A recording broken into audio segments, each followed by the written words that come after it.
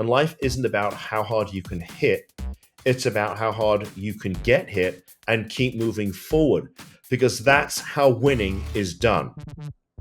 That is how winning is done, right? You get put on your backside, you get up, and you move forward. Or you can just sit on the ground and cry about it. Welcome to the Limitless Leadership Lounge, a tri-generational conversation for emerging leaders. I'm Jon Goehring. This is the Limitless Leadership Lounge, and we want to apologize for some technical difficulties in the recording with Mark Astor here, where we lost a little bit of the conversation, but we're going to kick off with Mark's first response as he tells a little bit about his story and how he got into law, and we'll go from there. February of 16, I actually opened up my office, as you pointed out, and I started out of the local library here in town, in Boca. They had free Wi-Fi, pretty good cheap coffee, and I was broke, but I had an idea. And next month will be our 10th anniversary. So it's been a journey. Every day I feel like I learn something new about business, not about practicing law, about business. And some of my friends say to me, "Oh, I thought you didn't like practicing law." I'm like, "Well, I don't practice law." And this is other attorneys, and they look at me with sort of this weird look, and I'm like, "No, I don't practice law." They're like, "Well, what do you do?" I'm like, "I have a business that I run. I pay other people to practice law. I run my business. That's what I do. I'm an entrepreneur." But I didn't realize I was an entrepreneur until I was broke and had nothing going on in my life, either personally or professionally. So I've learned some hard lessons along the way. And actually, ironically, yesterday was my second wedding anniversary, and I couldn't have done any of this without my amazing wife. I mean, we went to dinner last night, and she gave me a very polite kick in the backside and said, "Okay, I think there's some other things you could be doing." So she is my rock, and I could not have built this business without her. But as you also pointed out, I was a prosecutor back in the mid '90s. So I was 20, right before it was a month before my 21st birthday when I came here, and I just turned 59 today. So it's been a long journey for me. So I was a young prosecutor back in the '90s, and my dad, I come from somewhat humble beginnings. My father left school at 14, and my mother left school at 16. And when they met on a blind date, they sort of joked that they looked at each other, and each one said, "Oh, she must come from a rich family." And it turned out they both came from nothing. Neither one of them had two nickels to rub together. My grandfather, my father's father, was a tailor, and my mother's father was a barber. But my dad ended up leaving school at 14. My mother left school at 16. But my father was an entrepreneur, and he built businesses, and he did it with my mom. And some worked, and some didn't. Some made money, and some he really lost his what on. So he was a big advocate and said to me, "Look, you should go to have a profession." He says, "If you have a profession, whether it's law school or medical school or something where you are a licensed individual, you'll always be able to charge for your services." And so, I popped out of college at University of Michigan, and I said, "Well, if I'm going to go to law school, now's the time to do it."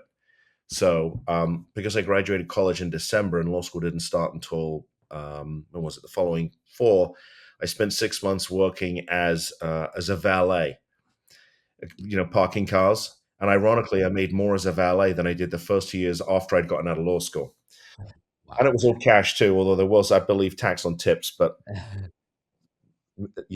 back then, maybe we shouldn't talk about that, so I don't get a bang on the bang on my door from Uncle Sam. So, I interned with the state attorney's office in 1993. They hired me right out of law school. So I started in 1994. And, when you're fresh out of law school, especially when you're a prosecutor and you have a lot of power as a prosecutor, right? You can get a judge to lock people up. And I was really gung ho. And, the mandate, even today in Florida's criminal justice system, is to punish first and rehabilitate second. Mm. Well, today we're very lucky. We have what I call diversionary courts. We have courts like drug court, mental health court, veterans court. And depending on the nature of the allegation, these are courts that we can use to divert people out of the system, get them the help they need, get the case dropped, and then they can move forward with their life and become productive. Well, in the mid 90s, we didn't have any of that stuff. So if you kept coming back often enough, eventually they just locked you up for as long as they legally could. And I was starting to notice the same faces over and over again. And these were folks who had behavioral health issues that, for whatever reason, weren't getting the help they need. So we just locked them up. Um, I was there till 1999, and I left because frankly I was just burned out. I mean, in 5 years I tried 200 jury trials, which is an insane amount of cases. And in my last year and a half there, I was trying nothing but first and second degree felonies. So violent felony offenders, homicides, and I was in trial every single week. And so that meant I worked at nights, I worked on the weekends, and that really took a toll on me. So I left in 1999, which when I look back, I wish I hadn't have done. And I did some criminal defense work. I made a lot more money. I worked for a family business. I made more money, and I was completely miserable. I really lost my drive, my passion, because I was no longer helping people. When you are helping somebody who's the victim of a violent crime, or you're helping the family of a decedent, if it's a murder case, you can't unring the bell for them, but you can give them some justice. You can help them get closure and move forward. And that was a very satisfying feeling. And I lost that feeling after I left. Um, and I know before we went on, I said yesterday was my second wedding anniversary. So this is my second marriage. It is for my wife too. I got married for the first time when I was 34. So 20 yeah 25 years ago, how about that? And I was divorced a year later. So I couldn't really I was not able to really maintain anything professionally or personally. In 2004, after I got divorced, I went to DC for a year. I worked on a presidential campaign. I also went back to school, got a master's in law, but the candidate I worked for didn't win, so no job for Mark. So I had to come back to Florida. I tried desperately to make a living, not practicing law, because by that time I was just done with the practice of law. I had no passion for it, no desire to practice. Um, in 2010, I went to California. I took what I had left after the '08 crash, and I literally ran off to California. I had a cousin out there, and I said, "Well, there's nothing going on in Florida, so I'm just gonna try my luck in California." Now, as it happened, I had a good friend of mine out there. When I was a prosecutor in Palm Beach, he'd been a public defender in Miami-Dade, and he was also out in California, and he had taken the California bar twice at that point and failed it, and said to me, "I'm going to take the California bar for a third time. Why didn't you study for it? And if we both pass, we'll open up a criminal defense firm here in Southern California, and we'll clean up. We'll make an absolute fortune. The lawyers out here are terrible. They don't know what they're doing. We'll clean up." And he's an English guy too, so we figured, two English guys, what could be better than that? So I took the bar for the first time while he took it for the third time. He passed, I failed it. I took it a second time and I failed it a second time. And after 3 years of basically tripping the light fantastic, working out, you know, doing all the things that the material man likes to do, um, I ran out of money. I had to come home. So 3 years there, I came back to Florida. I sat down in the library. Ironically, I studied for the California bar the third time out of the library, where a year later I'd be starting my own law firm. So I studied for the California bar. I flew back, took it a third time, failed it a third time. I got within a percentage point, and so I had to figure out what I was going to do. I had no money, so I couldn't run back to California. I couldn't make a living there because I wasn't licensed. And then I met somebody that basically changed the entire course of my life, which is how we end up here. So I think at this point it's like January of 2014.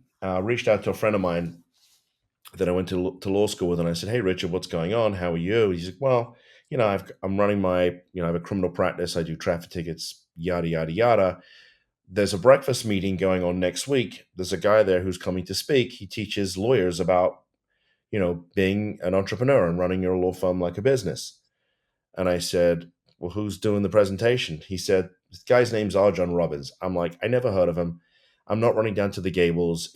I'd have to get up at 4 in the morning to get there for a 7:30 breakfast meeting. I'm not going, but glad to hear you're doing well. Have a good day." And for 3 days, I had this nagging feeling in the pit of my stomach that I needed to go. I don't know why. I just did, and I ran with it. And I ended up going to watch this guy speak. So they do not teach lawyers anywhere in the country, in any law school, anything about the business of running a law firm. And so I went to this breakfast meeting. I watched this guy, Jon Robbins, talk to a group of 20 lawyers. They were real jerks to him. But I should have expected that because most lawyers are jerks. That's why nobody likes lawyers, Yeah. right? I mean, we're a profession of assholes. I hate to say that, but it's true. That's why people don't like calling lawyers, and they're afraid of lawyers, and they don't want to deal with lawyers because, I mean, we're trained to a certain extent to fight. Um, and he talked all about the business side of being a lawyer, and I really related to that because of my background. My dad having built businesses with my mom, and after seeing him speak for about an hour and a half, I begged him for a job, and he hired me. Not on the spot. He interviewed me a couple of times. I ended up working for him, learning all about the business side of practical law. But here's what I didn't realize when I went to work for him. What How to Manage a Small Law Firm is, which is the name of his company, is at their very core, they are a personal growth company for lawyers. And if there's any profession anywhere on the planet that needs personal growth, it is most definitely the legal profession. And I realized I learned two very important things while I was there. I obviously learned about running a law firm business, but here's what I really learned, right? First of all, personal growth has to precede financial growth. And that means number one, I needed to take 100% responsibility for both my professional failures and my personal failures. And number two, I had to find a group of people, a bunch of people that needed help, that I could focus on building a business around, helping them. And I had close family members and friends who had these issues. And ironically, 11 months in of opening up my own firm, my father passed away. And 2 days after that, I had a family member that got sucked into Florida's mental health system. So when you talk about Baker Act attorneys, that was my personal experience of Florida's Baker Act. And I didn't realize how relevant that would be until COVID came along and lots of other families started to have their loved ones sucked into the mental health system. But I was there with the cops, the paramedics. I watched them strap a Dogani and take her away. And so the work became very close, very personal to me. So for the first year, because I was broke in February of 16, I took all kinds of cases. I took criminal cases. I took family law cases that I co-counseled with a friend from law school. I took anything that I could to put a few dollars into my pocket. And having to pay for my dad's funeral, which was a very unexpected expense, was a struggle. I mean, I don't know how I found the money, but I did. And by the end of the year, at the end of 16, I had enough to get a small office, which ironically we still have. And in 17, I met my now wife, and we decided to work together because she had practiced guardianship law up in Massachusetts, where she had her children and was married to husband number one. And we realized that we could use guardianship in some of the work we do. And again, we didn't realize how important that was going to be until COVID came along and we legalized marijuana. So we now do a lot of guardianship work, not for elderly people, but for folks with behavioral health issues. And for the next 6 years, we did everything together. We did sales, we did marketing, we met with clients, we drafted pleadings, we ran to court, we did everything. The last 3 years, we've hired staff, so we're now a team of about 15 people, which means I can actually sit here and have a conversation with you, and my phone doesn't blow up. Right? There was a time when if the phone rang and it was a potential client, I'd be like, "Guys, I got to go," because if I don't take the call, they'll call another lawyer. And so, it's been 10 years of grinding it out. Um, so that's the Reader's Digest version of how I got here. But it's been, every day I learn something new. Every day, you know, when I don't always feel like going to work or getting out of bed, I people ask me, "Am I motivated?" I said, "No, I'm not motivated. I have discipline." And there's a difference because when you have discipline, you do something even when you don't want to. When you have motivation, if motivation goes away, you don't do it when you don't feel like it. I'm disciplined and I hold myself to a high standard. And so does my wife, because ironically, a bit like my own parents, when I met my wife, she didn't have two nickels either. So, we built this life together, and she holds me accountable. So she's, like I said, she's my rock, and I couldn't have done it without her. I think when it comes to building culture and values in a business, I think what you have to do is you have to share your vision, right? You have to let your team into your universe a little bit and say, this is what we do, right? This is what we're trying to do, and this is how we do it, right? And both of my associates came from the government world, which is where I had been, and so I understood that when you work in the government, and you're basically being force fed these clients, many of whom are going to treat you like garbage because they're not actually paying for your services. They just got court appointed to their case, right? There's a level of almost sort of there's a sort of tension between the client and the attorney because no, but the client doesn't like the lawyer because it wasn't somebody they picked, and the lawyer's like, well, listen, I've been forced, I've been ordered by a court to represent this person, and there's tension. Our clients come to us, one, because we're going to solve a problem for them, but two, they pick us, and to a certain degree, we pick our clients, right? We pick, 10 years in, we want to work with people that want to be helped, not people that are just looking to fight necessarily. So it's about training and sharing the core values of the business and the mission that we have, and sharing the vision. I mean, we so even though we're a team of 15 and we're at this point we're virtual, we meet with our team. We do a team meeting every single week on Monday morning at 9 a.m. We do a Zoom meeting or Teams meeting with everybody, and we go over all the cases. We talk about the issues that we're seeing, and we discuss them as a team because, at the end of the day, my wife and I are still the two most experienced lawyers in the office, and so they look to us for that, right, for guidance. But I'm always trying to educate the team, not just the lawyers, but the team on how we need to be conducting ourselves, right? Not just before the court or in front of a judge or with opposing counsel, but how we deal with clients. Now, our clients are highly emotional, and sometimes they don't always treat us nice, and it's not because they're bad people; it's because they've been dealing with the craziness of their life for so long that sometimes they just want to vent and they want to be heard, and just and so again, it's about talking to the team and say, look, I know that so and so wasn't nice to you, but remember what we're focused on here. The goal here is to save their family and save their loved one. So don't take it personally.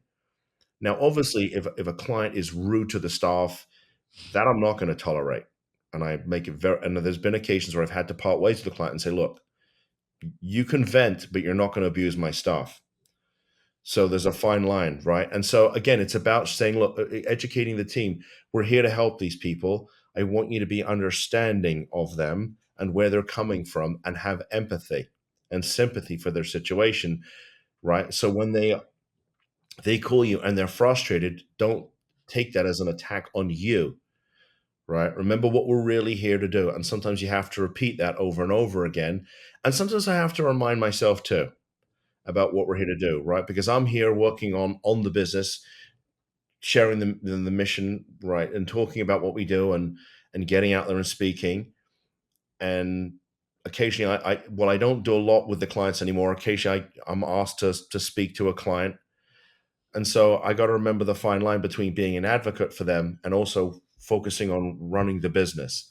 And so I'm constantly saying to the team, "This is what we're here to do, and these are our goals." And this is how we're planning to get there, you know.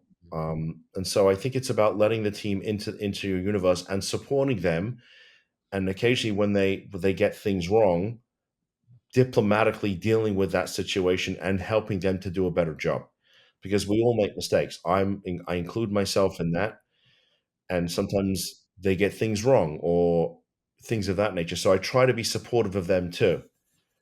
So, I tell my wife, learning to be a boss is not easy. And there's a fine line between patting somebody on the back and, calling them out and saying you dropped the ball. Yeah, So in leadership, it's so important, right? And one thing you also mentioned is personal growth precedes financial growth. So we're talking to a lot of entrepreneurs who are looking to up their leadership skills by tuning in today. What do you mean by personal growth precedes financial growth? yeah, it's so interesting. I was actually so are you familiar with Think and Grow Rich by Napoleon Yes. Hill? So Yes. Osborne Robbins an audiobook, Think and Grow Rich for Lawyers, where he narrates Think and Grow Rich, but he really um, focuses on the legal profession. I think when it comes to personal growth, I think there's a number of things. I think you have to have goals, right? And so every Definitely. like typically in September we will sit down my wife and I now have a chief operating officer. I also have an outside C-suite, and saying, okay, what are our goals? Like, what do we look at in terms of, the revenue and the profitability? Because those two things will determine how much do we need to spend on marketing, how many team members do we need. So as opposed to being completely rudderless and saying, well, I'm just going to throw out a bunch of stuff and hope the business grows, right? And so I think part of personal growth is accepting responsibility, right? It all comes back to this accepting responsibility for the success or failure of the business. So, we've last year was the business grew 30%. It always had progressively grown, but last year was a huge jump for us. And we had hired more people than we've ever hired before, and we helped more people than we've ever helped before. And the goal is to do the same this year in 2026. And so I think part of the personal growth is saying, okay, here's the goal and here's the plan. And it's my responsibility to make sure that I do my bit and execute on that plan. Because if I don't do my bit, or my wife doesn't do her bit, or the staff don't do their bit, then shame on me for us not getting to the goal or as close as we possibly can. So it's about taking responsibility, right? And taking massive action to get there. And it's so ironic. I was out with my wife last night, and she said to me, you used to do this, you used to do that. I'm going to challenge you to start doing those things again, so that we can get to our goals for 2026 and help more people than we've ever helped before. So I think that to a certain extent, it's about setting goals, taking responsibility, and taking massive action to get there. Okay, and also taking responsibility for the team's failures and successes. So I think when we talk about personal growth, that's what I'm talking about. And it's so interesting. You know after and here's the irony of the whole thing. So 2 years ago, I got a book in the mail, and it actually came from How to Manage a Small Law Firm where I'd worked for that year. We ended up going back as members of How to Manage. I joined them as a client, not as an employee, but as a client, and they helped us to revamp the business. And I think what I realized 2 years ago was I had reached the limit of my own personal knowledge in terms of building the business, and that I had to be willing to ask for help because there were certain things I didn't know. And it's that. So last year we revamped the whole business. We have one staff member that was with us in 2024 that was with us in 2025 and that's still with us. They just weren't a good fit. They didn't share our mission. They weren't, these other folks weren't good culturally. So I had to step back into handling cases. We had one associate, he left. I had to go back, I had to step back in, take over all his cases and still run with the sales and marketing. And so I had to own it, right? I couldn't allow the business to go back to where it was, because I had staff members that I was responsible for making sure they got paid. I had clients. I had responsibility to make sure that the legal work got done and they got the representation they were paying us for. So it all goes into that personal growth. And I think one of the things sometimes I find frustrating with lawyers is that sometimes we have a victim mentality, right? Oh, my business didn't grow last year. It was the economy. It's the competition. It's social Yeah. media. No, it's you. If the business doesn't succeed or doesn't grow, that's on you. Okay. So that's when I talk about personal growth, that's what I'm talking about. We are individually responsible for our own successes and failures. Now, there's some things I don't control, right? I don't control the economy. I don't control the weather. I don't control who's in the White House or who's in Congress. I just choose to ignore those things and move forward despite all the distractions. Because if you allow that stuff to distract you and get you off your path, you'll never succeed. I have a client of mine. He's that I've been representing for 7 years.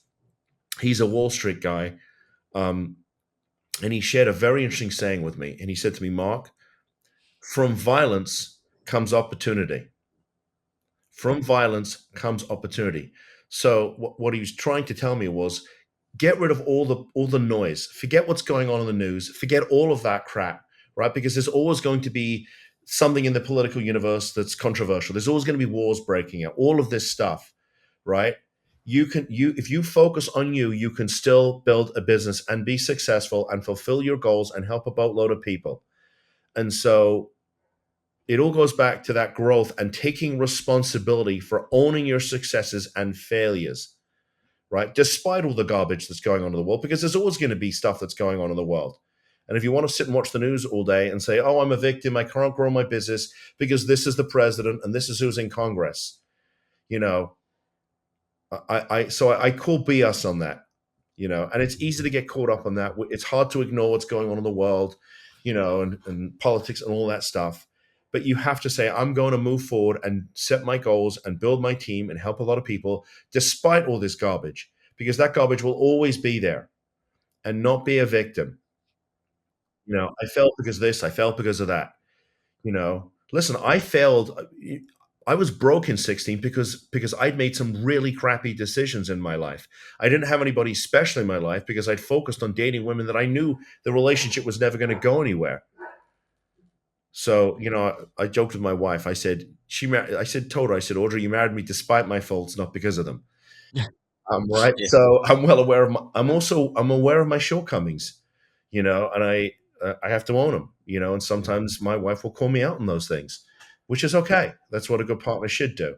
You have to have a bunch of people that you want to help, Mm. right? You have to focus on an audience that you need to help, right? Because, and I sort of focus back on the legal profession when I see lawyers who are jack of all trades.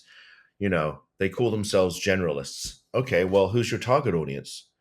Well, I'm trying to help everybody. Well, how do you market to everybody then? Yeah. I mean, if we're talking about business, how do you market to quote everybody? Yeah. I mean, I have a very defined, not just a niche, but I have a very defined target audience. Okay, and that's who I try to market to. So I think you have to, who are you actually trying to help? How many of those people do you want to help? Right? How many? Like, how big do you want to make this thing? Right? And you don't have to say, well, I want to make $1 million right out of the first year. I mean, maybe you can, right? But maybe you say, well, the first year I want to make $100,000, and I'll tell you, I did not make $100,000 the first year. I made a lot less than that, and I still felt like I was the richest guy in town. So I had enough money to go on a date. How's that? I didn't have enough money to move out of my parents' house. The first year I lived with my mother and father, and the second and third year after my dad passed away, I lived with my mother. One, I didn't have any money for an apartment, and two, I didn't have any credit. So I think you have to set reasonable goals, and I think the most important thing is you have to take massive action. Massive action, right? So I told you, I sat down in the library. I created a spreadsheet, and I made a list of all the people. I said, okay, here's all the people I'm going to call. And you got to remember, I hadn't lived in Florida in 3 years. I hadn't practiced law in over 5. So I had to reconnect with all these people. And social media wasn't what it is today. So I just started calling people. I'd go meet them for coffee. I'd go meet them for lunch. I got really cheap business cards made of Vistaprint, probably the cheapest cards you can actually get made of Vistaprint. And I ran around to treatment centers because they were a potential referral source to me. And I handed out my business card, and I talked to everybody and anybody that would listen to me. I still do that. I still talk to people that will listen to me. I still share the mission. Now, obviously, the mission is more focused now, but if you sit quietly and listen to the universe, you'll get nudged in the right direction. See, that's what happened to me when I failed that California bar. I studied for a year for that bar exam and failed it. I studied for the Florida bar for 3 weeks and passed it. That was the universe nudging me in a different direction and saying, you're not going to be in California. Your destiny is in Florida, and you're not going to pass that exam. So it's about listening, right? And right, and then there are certain things you'll do in business, right? Some things that will be successful, some things that will fail. So you got to be willing to try different things to market your business and to share your mission, and be like, okay, that didn't work. Okay, the universe told me that is something I shouldn't be doing. I'm going to try something else, right? You can't sort of overanalyze things and then be not able to make a decision. Just make a decision. It'll become obvious pretty quickly that works or it doesn't work. I got sucked into doing TV advertising, about 5 years ago. Cost me an arm and a leg and almost broke my business. And I realized after 2 months of doing that and spending way more than I can afford that it wasn't a good resource for me. I'll never do that again, right? I got sucked into doing some print marketing. In my universe, that's a waste of money, right? my best referral source is people that know me or have heard of me. So I spend time going out there and meeting people. Still, the same thing I did 10 years ago, coffees, lunches, all that stuff. And so find the people that need your help, set a reasonable goal, and then take massive action to get there. And then once you get to that goal, say, okay, I got to, 100,000. Now I want to do 250. Okay, how do I get there? I might have to do different things than I did to get me to 100. Maybe I need to think about hiring somebody so that they can do, maybe I need someone to now to start doing something in the business so I don't have to do that and I can focus more on building the thing. So, for us, hiring our first staff member was huge. I was able to fire myself from that particular aspect. So we hired an associate. I no longer had to deal with the clients. I could spend more time marketing the business. I have 3 people that handle intake. They're my sales team. I don't have to do that anymore. I could spend more time on marketing my business. So it's a snowball effect, you know. But I think you got to find people that you need, set a reasonable goal, and then take massive action to get there. Don't sit and procrastinate. Don't worry about having a business plan. That's all bullshit. Just go out there and do it. You can write the business plan afterwards. I didn't write a business plan until we were 6 or 7 years in. And we're 10 years in. I only just wrote the second one about 3 months ago. I'm only on my second business plan. So just go and do it. Just start doing it. That's and take massive action. And look, you're going to have some failures. There're going to be some things that don't work. Don't be, deterred. There's a great. If you ever watch Rocky 4, there's a part of the movie where Rocky is talking to his son, and it takes place outside Rocky's restaurant, and the son is trying to tell Rocky, "Don't do the fight. You make me look bad. Just when I start getting ahead in life, you go to do this. You're doing this fight, and now nobody wants to do anything with me." Ba ba ba ba ba. And it was like, it was a total victim mentality. And Rocky talks to him about the fact that, look, if there's something you want in life, go out and get it, right? And there are going to be times where you're going to fail. And life isn't about how hard you can hit. It's about how hard you can get hit and keep moving forward, because that's how winning is done. That is how winning is done, right? You get put on your backside, you get up, and you move forward. Or you can just sit on the ground and cry about it. So in February of 16, when I was flat broke, and every other week I was running to the emergency with my dad or calling 911 because of my dad, I just decided I wasn't going to be a victim. And I was going to take that responsibility. I was going to take massive action. I was going to set goals. And whatever happened, I was going to keep moving forward. Mhm. And I wasn't going to allow anything to deter me. And so I think that's the difference between winning and losing. That's it. right. I mean, it's not that complicated. And there is a formula. I mean, look at everybody that ever succeeded in anything. I mean, listen to Think and Grow Rich, whether you like to read it or listen to it. That's where you have to be.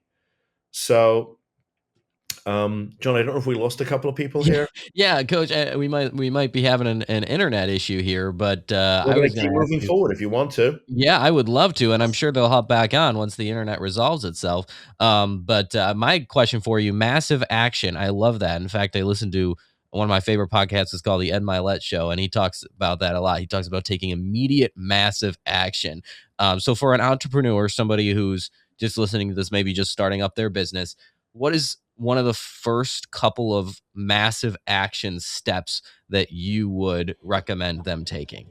I think you got to. I think you got to share your vision with other people, right? When I sat down and had coffee with people, I said to them, I'm building a law firm. I'm going to help people who have drug and alcohol problems, which is what we were focused on back in 16. Like, really? We never heard a lawyer do it. There's no lawyers do this. I'm like, I know. I'm the first. I'm here to help people, right? And it actually took 14 months before I got a drug and alcohol related case.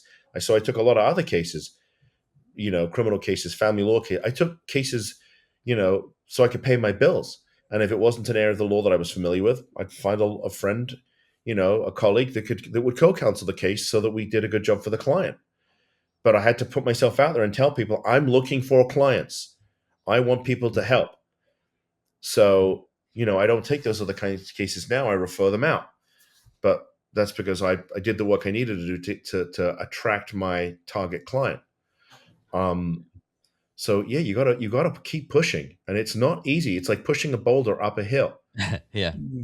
It really is.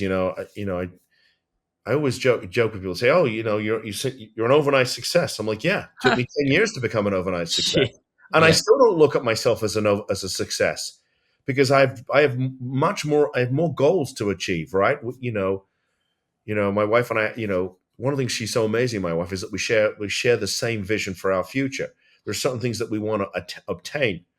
We want to travel, we want to do this, we want to do that. So there are certain personal goals that I set. I set personal goals, I set professional goals. yep, yep. And So once you stop growing, you start dying, right? I mean, that's the reality of it, and you can't rest on your laurels, or else that will be the end of your growth. So you you know, embody that continuous learning. I just know, John. When the phone stops ringing, I say to myself, "Okay, what did I stop doing? Well, what am I doing wrong?" And that was the conversation I had with my wife last night. She said, "You used to do this or you used to do that," and I'm like, I got to start doing that again. You cannot rest on your laurels, right? Because if you say, okay, well, it's working right now, I'm happy where I am right now. Well, that's fine. You're standing still, but the rest of the world is still moving forward. So True. ultimately, what's really happening is you're going backwards. You're not standing still. You're either going forwards or you're going backwards, but there's no standing still. That's That's good. funny. There I isn't. I love that. Mark, we're getting close to the end, so I have one final question, then John will I'll close up here. Is that yeah, with all the adventure you had, you ever think you'll write a book about it? I'm so glad that you asked that. I that's one of the things I want to do for this show. I want to write a book. Write a book. I do, and I'm Very not cool. sure what I'll focus it on. I think obviously, my journey that we're discussing here is important. Um, but I think there's still a lot more people that need help that are dealing, there are families out there that are suffering. So I think it has to be a combo. This is how I got here, but now I'm here. I want to help you, and this is how I can do so. So, I'm figuring out how do I get it done. We have this wonderful AI technology that supposedly can write a book for you in 10 minutes, but I somehow I feel like it'll lose the personal touch, right? I know we have technology now that can do videos for you, and one of the things I love to do is I make a lot of video content because I think people should be able to get the information they need without having to pay for it. So, I do probably one or two videos every day, and I send them out on social media so people can get information. And I know there's technology that could do it for me, but it's not quite the same as when I speak to the camera. Mm. So I got to figure out like what's a happy medium when it comes to writing a book, of combination of technology, but still has my personal touch to it and my journey and all this stuff. But I think writing a book, besides the fact it'd be a great marketing tool for me, because Yeah. we always got to focus on the business so I can help more people. I'm hopeful that it'll inspire people. And I think that to a certain extent, I drew my inspiration from my father, and I never realized how much he had taught me until he was gone. And you know, there's that scene in Top Gun where Tom Cruise is like, "Talk to me, Goose." So I say to myself, "Talk to me, Dad. Like, what would my father do? What would my father say? Love that. Yeah. Yeah, Yeah. what would he say?" And I've got his photograph in my office, and I think about him every day. Uh, And I say, "Okay, what would my dad do? What let?" And I always, God, it's so funny. You think about all the mistakes that my father made because remember he wasn't an educated guy, so he relied sometimes on gut instinct, and sometimes he got it right, and sometimes he didn't. And I say to myself, I watched my dad make a lot of right decisions. I also saw him make a lot of wrong decisions, and I'm saying, okay, maybe he didn't make those mistakes for himself. He made them for me. And mm, what's the difference between a wise man and a fool? Well, a fool learns from his own mistakes, but a wise man learns from his mistakes and everybody else's. yeah. So I try to be a wise man, not a fool. Yeah. It's a good Yeah. Right? point. I try to learn from the mistakes that I watch my dad make. Yeah, it's a great point. Learn from others because you don't have time to make all the mistakes yourself. Yeah. So, John, let's finish up by asking Mark where people can connect with him. And Sure. Yeah. Best place, Mark, for people to get in touch and learn more about your work. Yep. So the main website is mentalhealthaddictionlawfirm.com. That's mentalhealthaddictionlawfirm.com. As you mentioned, Jim, bakeractattorneys.com is where you'll find a ton of information about Florida's Baker Act and how to fight Florida's mental health system. And if they can't find me there, just Google me. I'm all over YouTube and LinkedIn and Twitter and Instagram and all the other social media platforms. You'll find, some of my content. So just Google Mark Astor, Astor. You should be able to find me.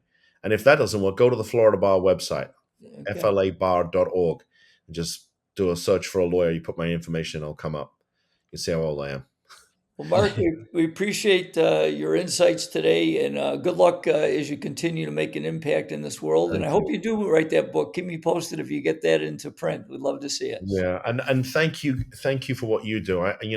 Jim and I spoken before we did this, and I've really enjoyed getting to know you, Jim. You're a Thank you. terrific guy, and I know you're helping a lot of people. And John, I'm pleased to have met you.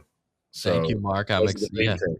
excited So, to continue to follow your work and yep, continue to make a positive difference in the world because that's ultimately what we believe that we're here for. So thank you yep. for your time today. Nice to see both of you. Thank you.